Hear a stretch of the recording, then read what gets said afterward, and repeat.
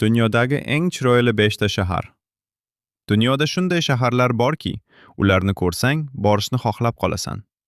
Keling, eng chiroyli 5 ta shaharni ko'ramiz.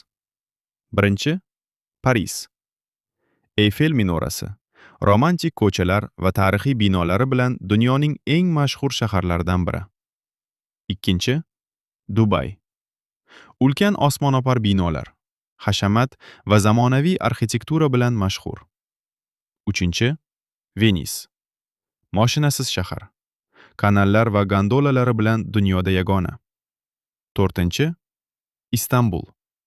Yevropa va Osiyoni bog'lovchi tarixiy va juda go'zal shahar. Beshinchi, Tokio. Kecha chiroqlari, texnologiya va qadimiy madaniyat birlashgan ajoyib shahar.